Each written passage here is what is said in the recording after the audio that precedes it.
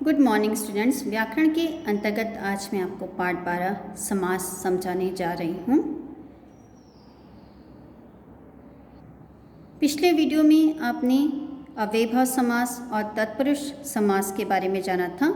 आज मैं आपको उसके आगे का पाठ समझाने जा रही हूँ।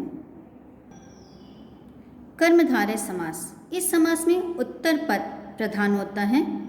दोनों पदों में यानी पूर्व पद और उत्तर पद दोनों पदों में विशेषण विशेष अथवा उपमेय उपमान का संबंध होता है। उपमेय वह जिसका वर्णन हो रहा है और उपमान वह होता है जिसकी समानता बताई गई है। विशेषण विशेष कर्मधारय के कुछ उदाहरण हैं। नीलकमल, और इसका विग्रह होगा नीला है जो कमल।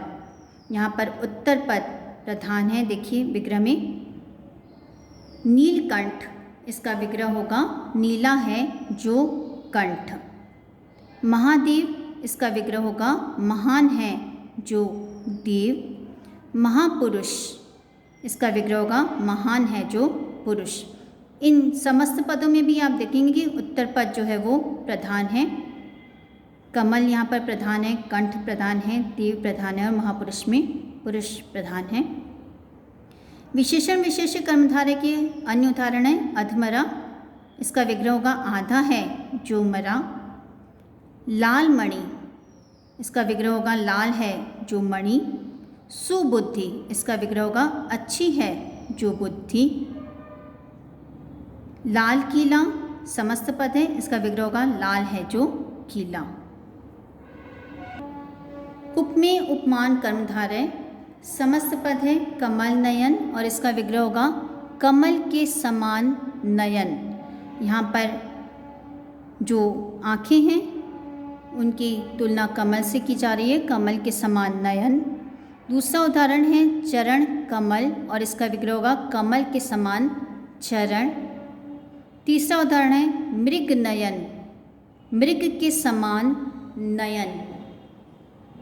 उपमेय वह होता है जिसका वर्णन हो रहा है और उपमान वह होता है जिसकी समानता बताई गई है। एक अन्य उदाहरण है पद पंकज, पंकज के समान पद। घन श्याम, घन के समान श्याम, घन यानी बादल के समान श्याम।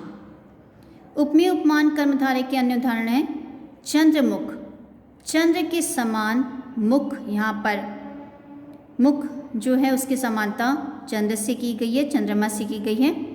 प्राण प्रिय, प्राणों के समान प्रिय। लौह पुरुष, लोहे के समान पुरुष। क्रोधाग्नि, क्रोध रूपी अग्नि। द्विगु समास, जिस समास में पहला पद संख्यावाचक विशेषण हो तथा समस्त पद किसी समूह का बोध कराए उसे द्विगु समास कहते हैं। द्विगु समास में समस्त पद का विग्रह करने पर समूह या समाहार शब्द आते हैं। समस्त पद है चौराहा, और इसका विग्रह होगा चार राहों का समूह। इसमें पहला पद देखिए संख्यावाचक है। अठन्नी दूसरा उदाहरण है, और इसका विग्रह होगा 8 आनों का समूह। यहाँ पर विग्रह में समूह शब्द आया है।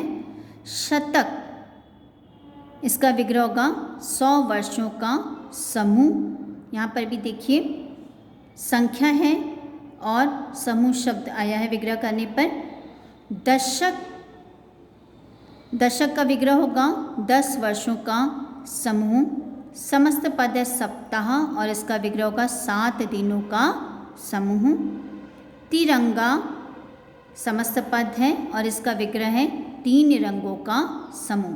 तो द्विगु समास में पहला पद क्या होता है? संख्यावाचक विशेषण होता है तथा समस्त पद जो होता है वह किसी समूह का बोध कराता है। तो ऐसे समास को द्विगु समास कहा जाता है।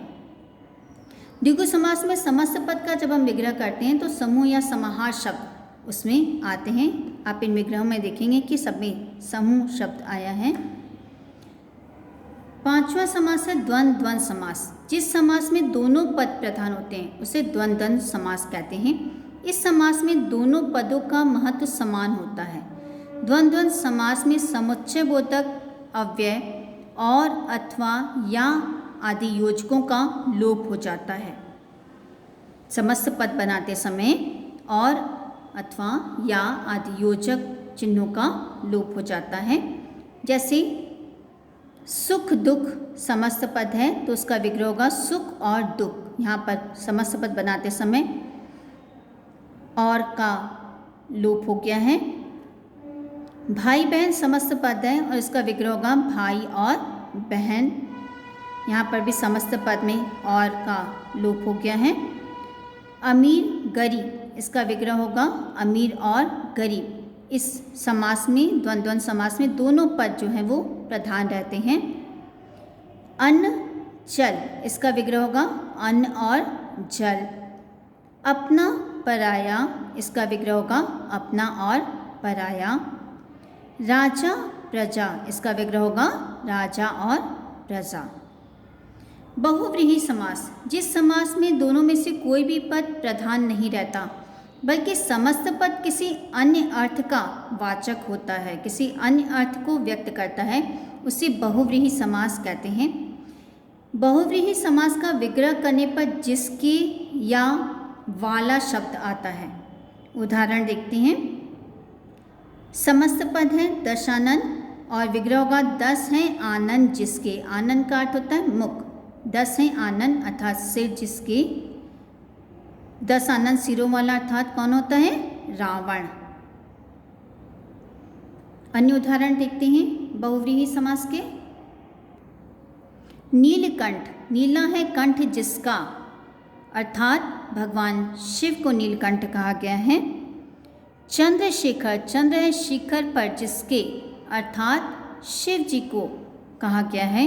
गजानन गज जैसा आनंद है जिसका अर्थात गणेश जी को संबोधित किया गया है। विभिन्न समासों में अंतर जानते हैं। कर्मधारय और बहुव्रीहि समास में अंतर। कर्मधारय और बहुव्रीहि समास के अनेक उदाहरण समान होते हैं। इसमें अंतर स्पष्ट करने के लिए इनका विग्रह करके देखना चाहिए। कर्मधारय समास के दोनों पदों में विशेषण विशेष्य अथवा उपमेय उपमान का संबंध होता है, जबकि बहुव्रीहि समास में दोनों पद अप्रधान होते हैं। दोनों पद अप्रधान होते हैं और किसी तीसरे अथवा विशेष अर्थ की ओर संकेत करते हैं। जैसे महात्मा है और इसका विग्रह अगर हम करते हैं महान है जो आत्मा, तो ये कर्मधारय समास के अंतर्गत आएगा। यही शब्द महात्मा है और अगर हम इसका विग्रह करते हैं महान है आत्मा जिसकी, तो ये बहुव्रीहि समास के अंतर्गत आ जाएगा। इसमें विशेषण और विशेष्य का संबंध यहाँ पर बताया गया है। एक अन्य उदाहरण है कमल नयन। इसका विग्रह जब हम करेंगे कमल जैसे नयन, तो ये कर्मधारय समास के अंतर्गत आ जाएगा। उसी शब्द कमल नयन का जब हम विग्रह करेंगे कमल जैसे नयन है जिसके अर्थात श्री कृष्ण, तो ये बहुव्रीहि समास के अंतर्गत आ जाएगा। एक अन्य उदाहरण है नीलकंठ। इसका विग्रह जब हम करेंगे नीला है जो कंठ, तो ये विग्रह जो है वो कर्मधारय समास के अंतर्गत आएगा।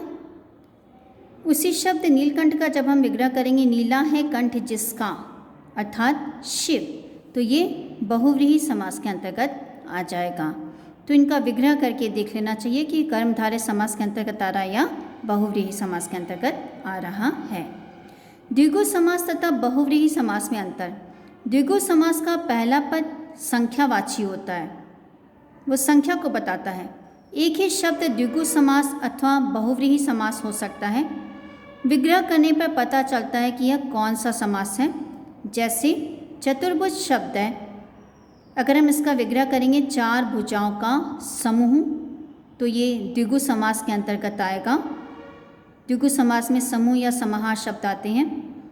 और इसी शब्द चतुर्भुज का अगर हम विग्रह करेंगे चार भुजाएं हैं जिसकी अर्थात विष्णु, तो ये बहुव्रीहि समास के अंतर्गत आएगा। संधि और समास में अंतर।